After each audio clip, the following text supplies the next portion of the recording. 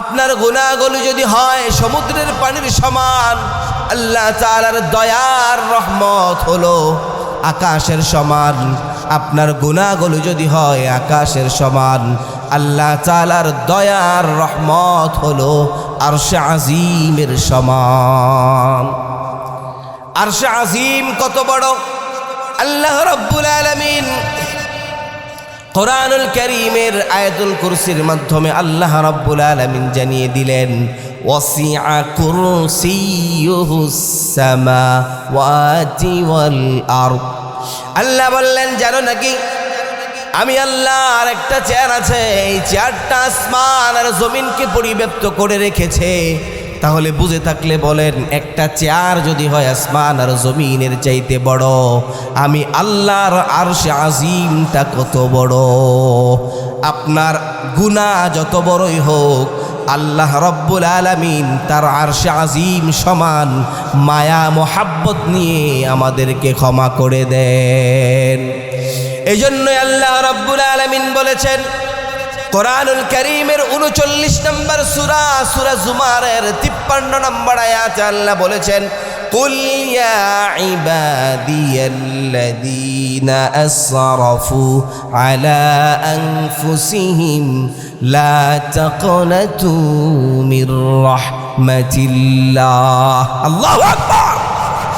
আল্লাহ রাব্বুল আলামিন বললেন, কুল ইয়া ইবাদিয়াল্লাযীনা আসরাফু আলা আনফুসিহিম, বান্দা যদি তোমরা নিজেদের উপর জুলুম করতে করতে আসমান আর জমিনের ফাঁকা জায়গাটাও ভরে ফেলো, যদি তোমার আমল নামায় একটা মাত্র নেকি না থাকে, তারপরেও যদি তুমি স্বীকার করো ইলা একমাত্র আল্লাহ, প্রতিপালক একমাত্র আল্লাহ, তাহলে আল্লাহ রাব্বুল আলামিনের দয়ার আশা করো। আল্লাহ জানিয়ে দিলেন, লা তাকনাতু মির রাহমাতিল্লাহ। আল্লাহ বললেন, বান্দা যত বড় অপরাধী হও, তারপরেও আমি আল্লাহর রহমত থেকে নিরাশ হইও না। সুবহানাল্লাহ। আল্লাহ রাব্বুল আলামিন কোরআনুল কারীমের ৬৬ নম্বর সূরা, সূরা তাহরীমের ৮ নম্বর আয়াতে জানিয়েছেন, ইয়া আইয়ুহাল্লাযীনা আমানু তুবু ইলাল্লাহি তাওবাতান নাসুহা। আল্লাহ রাব্বুল আলামিন জানিয়ে দিলেন, ইয়া আইয়ুহাল্লাযীনা আমানু, হে ঈমানদারেরা, তোমরা যদি তওবা করার মতো তওবা করতে পারো, আমি আল্লাহকে ভয় করার মতো ভয় করতে পারো, আমি আল্লাহর ওয়াদা তোমাদের জীবনের সব গুনাহ এক নিমিষে আমি আল্লাহ ক্ষমা করে দিব। কেউ সুবহানাল্লাহ বললেন না। আমার আলোচনা কি বুঝতেছেন আপনারা? কষ্ট হইতেছে বুঝতে? তাহলে সুবহানাল্লাহর আওয়াজ আর একটু জোরে হবে। সবাই জোরে করে বলেন না সুবহানাল্লাহ। মুসলমান ভাইরা আমার, এই মাসে আপনাকে প্রস্তুতি নিতে হবে। প্রস্তুতিটা কেমন করে হবে? আমাদের প্রস্তুতি শুরু হবে তাওবার মাধ্যমে। কিসের মাধ্যমে? জোরে করে বলেন, কিসের মাধ্যমে? মুসলমান ভাইরা আমার, তাওবা আল্লাহ তাআলার কাছে অত্যন্ত প্রিয় একটা বিষয়। আল্লাহ জানে আমরা বান্দা, আমাদেরকে অত্যন্ত দুর্বল করে তৈরি করা হয়েছে। আল্লাহ এটাও জানে আমরা দুনিয়ায় আসার পর বিভিন্ন প্রকারের পাপ কাজ করব। কিন্তু আমি প্রায় আলোচনায় বলি, মানুষ আর শয়তানের মধ্যে একটা মৌলিক পার্থক্য আছে। কয়টা? জোরে বলতে হবে, কয়টা? মৌলিক পার্থক্য একটা, সেটা হলো মানুষ ভুল করার পর ভুল থেকে তাওবা করে ফিরে আসে, আর শয়তান ভুল করার পর ভুলের মধ্যে অটল থাকে। চিল্লায় বলেন ঠিক কিনা? উদাহরণস্বরূপ বলা যায়, জান্নাতে দুইজন ফেরেশতা ভুল করেছেন। জান্নাতে একজন ফেরেশতা আর একজন মানুষ ভুল করেছিলেন। একজন ভুল করার পর ভুলের মধ্যে অটল থাকার কারণে আল্লাহ তাকে চিরতরে জাহান্নামী করে দিয়েছেন। আর একজন ভুল করার পর ভুল থেকে তাওবা করার কারণে আল্লাহ তাকে নবুয়তের দরজা দান করেছেন। সুবহানাল্লাহ। তাহলে বুঝে থাকলে বলুন, ভুল করার পর ভুলের মধ্যে অটল থাকা যাবে নাকি? জুড়ে বলেন না, অটল থাকা যাবে নাকি? ভুল আমাদের দ্বারা হবে, এটা অত্যন্ত স্বাভাবিক বিষয়। ভুল করার পর ভুল থেকে ফিরে আসতে হবে, কারণ আদম আলাইহিস সালাতু ওয়াস সালাম ভুল করেছেন, কিন্তু ভুল করার পর যার কাছে ক্ষমা চাইলে সবগুলো ভুল ক্ষমা করে দেয়, তিনি কে? আর জোরে বলেন, তিনি কে? আল্লাহ তাআলার কাছে ভুল করার পর ভুলের জন্য ক্ষমা চাইলে ক্ষমা করে দেন, কিন্তু আপনি যদি ভুলের মধ্যে অটল থাকেন, শয়তানকে আল্লাহ যেমন ইন্নাকা রাজিম বলে তাড়িয়ে দিয়েছেন, এমন আমাদেরকেও আল্লাহ চিরতরে জাহান্নামী করে দিবেন। শয়তান তার ভুল স্বীকার করে নাই, অতএব আমি প্রায় আলোচনায় বলি, শয়তানের একমাত্র ভুল নাই।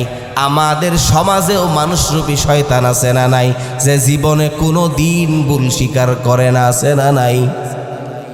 16-17 বছরে যার একটা ভুল হয় নাই,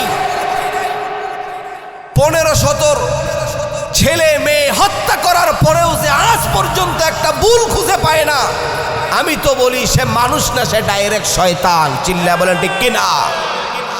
ভুল তো মানুষের হয়, কারণ মানুষের উৎপত্তি হলো নিসিয়ান থেকে, আর নিসিয়ান শব্দের মূল যে অর্থ সেটা হলো ভুল, অর্থাৎ মানুষের উৎপত্তি ভুল থেকে।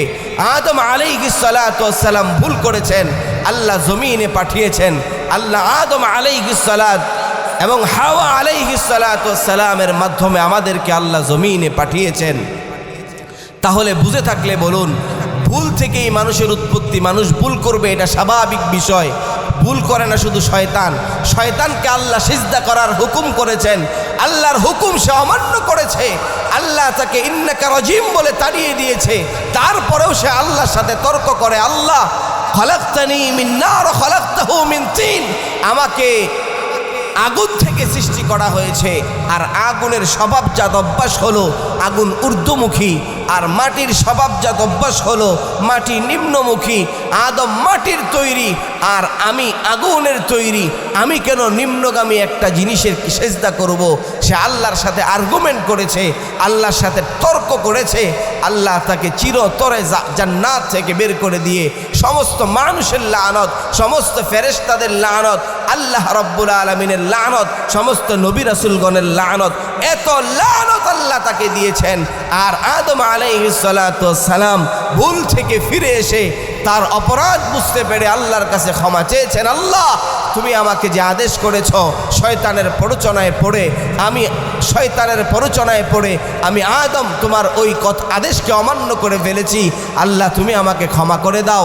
আদম আলাইহিস সালাতু ওয়াস সালামের অপরাধটাকে যিনি ক্ষমা করে দিয়েছেন, তিনি কে? জোরে বলেন না, তিনি কে? ওই আল্লাহ এখনো আছে না নাই? জোরে বলেন, আছে না নাই? তাহলে আল্লাহ চাইলে আমাদের অপরাধগুলোকেও ক্ষমা করতে পারেন কি পারেন না? জোরে বলেন না, পারেন কি পারেন না? কিন্তু সমস্যাটা হলো, আমরা গুনাহ করার পর গুনাহ থেকে তাওবা করতে চাই না। আমি আপনাদেরকে এটা বোঝানোর চেষ্টা করছি, আমরা গুনাহ করব এটা আল্লাহ জানেন। আল্লাহ কোরআনের অনেক জায়গায় বলেছেন, ইন্নাল্লাহা গফুরুর রহিম ওয়া কানাল্লাহু গফুরুর রহিমা। আল্লাহ এই কথাগুলো কেন বললেন? আল্লাহ তাআলা এই কথাগুলো এই জন্য বললেন, আল্লাহ তাআলা জানে যে আমার বান্দা অপরাধ করবে, আর অপরাধ করার পর শুধু 2 হাত উপরের দিকে তুলে আমি আল্লাহকে বলবে আস্তাগফিরুল্লাহ, আমি আল্লাহ তার জীবনের সব গুনাহ মাফ করে দিব। সুবহানাল্লাহ। আপনার গুনাহ যত বড় হোক, আপনার গুনাহগুলি যদি হয় খালের পানির সমান, আল্লাহ তাআলার দয়া এবং রহমত হলো সমুদ্রের পানির সমান। আপনার গুনাহগুলি যদি হয় সমুদ্রের পানির সমান, আল্লাহ তাআলার দয়ার রহমত হলো আকাশের সমান। আপনার গুনাহগুলি যদি হয় আকাশের সমান, আল্লাহ তাআলার দয়ার রহমত হলো আরশে আজিমের সমান। আরশে আজিম কত বড়! আল্লাহ রাব্বুল আলামিন কোরআনুল কারীমের আয়াতুল কুরসির মাধ্যমে আল্লাহ রাব্বুল আলামিন জানিয়ে দিলেন, ওয়াসিআ কুরসিয়ুহুস সামাওয়াতি ওয়াল আরদ। আল্লাহ বললেন জানো নাকি আমি আল্লাহর একটা চেয়ার আছে, এই চেয়ারটা আসমান আর জমিনকে পরিব্যাপ্ত করে রেখেছে। তাহলে বুঝে থাকলে বলেন, একটা চেয়ার যদি হয় আসমান আর জমিনের চাইতে বড়, আমি আল্লাহর আরশে আজিমটা কত বড়। আপনার গুনাহ যত বড়ই হোক, আল্লাহ রব্বুল আলামিন তার আরশে আজিম সমান মায়া মোহাব্বত নিয়ে আমাদেরকে ক্ষমা করে দেন। এই জন্যই আল্লাহ রব্বুল আলামিন বলেছেন কোরআনুল কারীমের 39 নম্বর সূরা, সূরা জুমারের 53 নম্বর আয়াতে আল্লাহ বলেছেন, কুল ইয়া ইবাদিয়াল্লাযীনা আসরাফু আলা আনফুসিহিম লা তাকনাতু মির রাহমাতিল্লাহ। আল্লাহু আকবার। আল্লাহ রাব্বুল আলামিন বললেন, কুল ইয়া ইবাদিয়াল্লাযীনা আসরাফু আলা আনফুসিহিম, বান্দা যদি তোমরা নিজেদের উপর জুলুম করতে করতে আসমান আর জমিনের ফাঁকা জায়গাটাও ভরে ফেলো, যদি তোমার আমল নামায় একটা মাত্র নেকি না থাকে, তারপরেও যদি তুমি স্বীকার করো ইলা একমাত্র আল্লাহ, প্রতিপালক একমাত্র আল্লাহ, তাহলে আল্লাহ রব্বুল আলামিনের দয়ার আশা করো। আল্লাহ জানিয়ে দিলেন, লা তাকনাতু মির রাহমাতিল্লাহ। আল্লাহ বললেন, বান্দা যত বড় অপরাধী হও, তারপরেও আমি আল্লাহর রহমত থেকে নিরাশ হইও না। সুবহানাল্লাহ। তাহলে আল্লাহ তাআলার রহমত থেকে নিরাশ হওয়া যাবে? জোরে বলেন না, আল্লাহর রহমত থেকে নিরাশ হওয়া যাবে? আল্লাহ তাআলার দয়া মায়া এত বেশি, আমার তো প্রায় মনে হয় আল্লাহ আমাদের কাউকে জাহান্নামে দিতে পারবেন না। কেন? আমার মনে হয় আপনার আমার সমস্ত মাখলুককে আল্লাহ মোহাব্বত, দয়া, মায়া, ভালোবাসা দিয়েছেন কয় ভাগ? বলেন না, কয় ভাগ? এক ভাগ। কয় ভাগ? এক ভাগ। আর আল্লাহর কাছে রেখেছেন 99 ভাগ।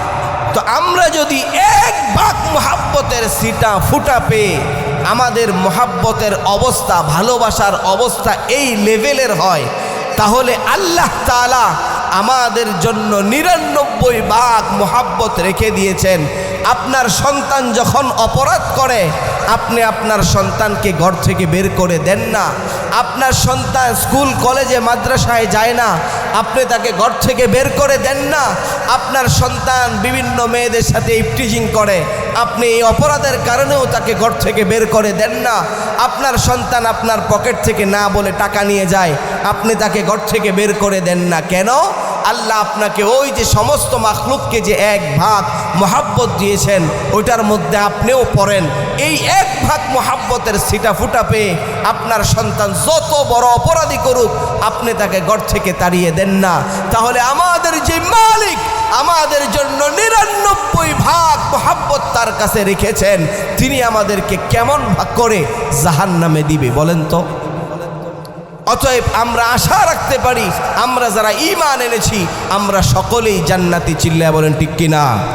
ওমর রাদিয়াল্লাহু তাআলা আনহু বলতেন, আমি আল্লাহ তাআলার কাছে সব সময় আশা করি, যদি পৃথিবীর একজন মানুষ জান্নাতে যায় তাহলে সেটা আমি ওমর। আর যদি এই আশা করার কথা আল্লাহ কোরআনেই বলেছেন, লা তাকনাতু মির রাহমাতিল্লাহ, তোমরা আমার রহমত থেকে নিরাশ হইও না, সব সময় আমি আল্লাহর রহমতের আশা করবে। আবার আল্লাহ ইয়া আইয়ুহাল্লাযীনা আমানুত্তাকুল্লাহ, হে ঈমানদারেরা তোমরা আমি আল্লাহকে ভয় করো, এটার কথাও বলেছেন। এজন্য ওমর বলতেন, যদি একজন মানুষ জাহান্নামে যায় সেটাও আমি ওমর। তাহলে জাহান্নামের ভয় যেমন করতে হবে, জান্নাতের আশাও তেমন করার দরকার আছে না নাই? বলেন না, চিল্লায় বলেন, আছে না নাই? তাহলে মুসলমান ভাইয়েরা আমার, আল্লাহ তাআলা আমাদের জন্য অনেক মোহাব্বত, দয়া, মায়া, ভালোবাসা আল্লাহর কাছে রেখেছেন। কারণ আল্লাহ তাআলা তার কোনো বান্দাকে জাহান্নামে দিতে চায় না। আল্লাহ চায় তার বান্দা অপরাধ করবে, অপরাধ করবে, অপরাধ করবে, অপরাধ করার পর সে কাইমনু বাক্যে আল্লাহকে শুধু একবার ডেকে বলবে, আস্তাগফিরুল্লাহ। আমার আল্লাহ বলেন, আমি তোমার সব গুনাহ মাফ করে দিব। সুবহানাল্লাহ। কিন্তু আমাদের সমস্যা হলো আমরা গুনাহ করার পর শয়তান আমাদেরকে ধোঁকা দেয়। এইমাত্র সিনেমা দেখলা, এইমাত্র নাটক দেখলা, এইমাত্র হেডফোন লাগিয়ে গান শুনলা, এইমাত্র বু ফিল্ম দেখলা, নেকেড ফিল্ম দেখলা, এইমাত্র পরনারীর সাথে কথা বললা, এইমাত্র প্রেম করলা, এই করলা সেই করলা, মাত্র সুদের টাকা পকেটে ঢুকাইলা, এইমাত্র তোমার ডয়ারে তুমি ঘুষের টাকাটা রাখলা, কেমন করে মসজিদে আল্লাহর সামনে যায় দাঁড়াবা? আল্লাহ তাআলা বলেন, বান্দা এটা শয়তানের নেক শুরুতে ধোঁকা। কারণ শয়তান আল্লাহ তাআলাকে আরো আগেই বলেছেন, লা তাজিদু আকসারহুম শাকিরিন, আপনি আপনার বান্দাদেরকে শাকিরিন হিসাবে পাবেন না, কাউকেই কৃতজ্ঞ হিসাবে পাবেন না। আপনার সমস্ত বান্দা আপনার অকৃতজ্ঞ হবে। আপনি জান্নাত 8টা না বানিয়ে জাহান্নাম 8টা বানান। আমার আল্লাহ বলেন, আমার বান্দা সব দিক থেকে তুমি পরিচালনা দেওয়ার পর সে গুনাহ করবে, অপরাধ করবে, অন্যায় করবে, জুলুম করবে, কিন্তু সব ছেড়ে দিলাম আমার বান্দার জন্য। তোমার জন্য আমি তোমাকে 4টা দিক দিলাম, ডান বাম পেছন সামনে, 2টা দিক আমি আল্লাহ রাখলাম, একটা উপর আর একটা নিচ। আমার বান্দা উপরের দিকে হাত তুলে শুধু বলবে, আল্লাহ আমি দুর্বল, আমার দ্বারা অপরাধ হয়েছে, আমি আল্লাহ তোমার কাছে ক্ষমা চাই, আস্তাগফিরুল্লাহ। আমি আল্লাহর ওয়াদা আমার বান্দার সব গুনাহ মাফ করে দিব।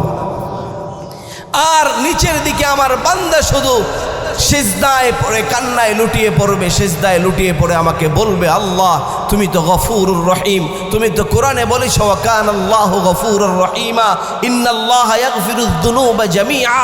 তোমার কাছে যদি কোনো বান্দা দিল থেকে তওবা করে তাহলে তুমি ওই বান্দার সমস্ত গুনাহগুলো মাফ করে দিবে।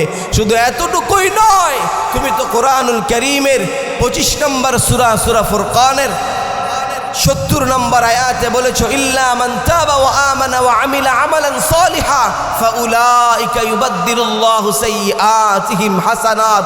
আল্লাহু আকবার, ফাউলাইকা ইউবাদদিলুল্লাহু সাইয়্যাতিহিম হাসানাত।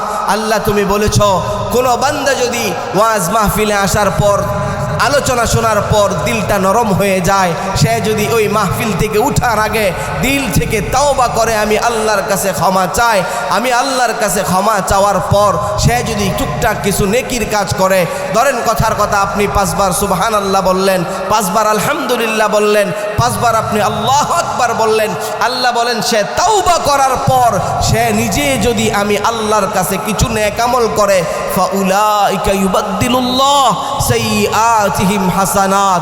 আমি আল্লাহর ওয়াদা, আমি আল্লাহ তার গুনাহগুলোকে নেকি দ্বারা পরিবর্তন করে দেব। সুবহানাল্লাহ, আরো জোরে বলেন না সুবহানাল্লাহ। এতক্ষণ তো আল্লাহ শুধু গুনাহ ক্ষমা করছিলেন, এখন ঘোষণা দিলেন আল্লাহ গুনাহগুলোকে নেকি দ্বারা পরিবর্তন করে দিবেন। তাহলে সুবহানাল্লাহর আওয়াজ কি জোরে হওয়ার দরকার আছে না নাই? আরো জোরে বলেন সুবহানাল্লাহ। তাহলে গুনাহ আমাদের দ্বারা হবে, এটা স্বাভাবিক বিষয়, যেই ব্যাপারে আলোচনা হচ্ছিল। সংক্ষেপে আমি সামারিটা বলে দিচ্ছি।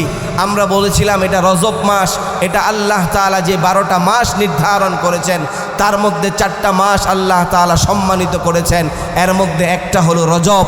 রজবের ব্যাপারে বিশ্বনবী সাল্লাল্লাহু আলাইহি ওয়াসাল্লাম আমাদেরকে গুনাহ থেকে বেঁচে থাকার নির্দেশ দিয়েছেন। অতএব আমার আপনার গুনাহ হবে, তাওবা করে ফিরে আসার দরকার আছে না নাই? চিল্লায় বলেন দরকার আছে না নাই? আমরা গুনাহ থেকে তাওবা করে ফিরে আসবো।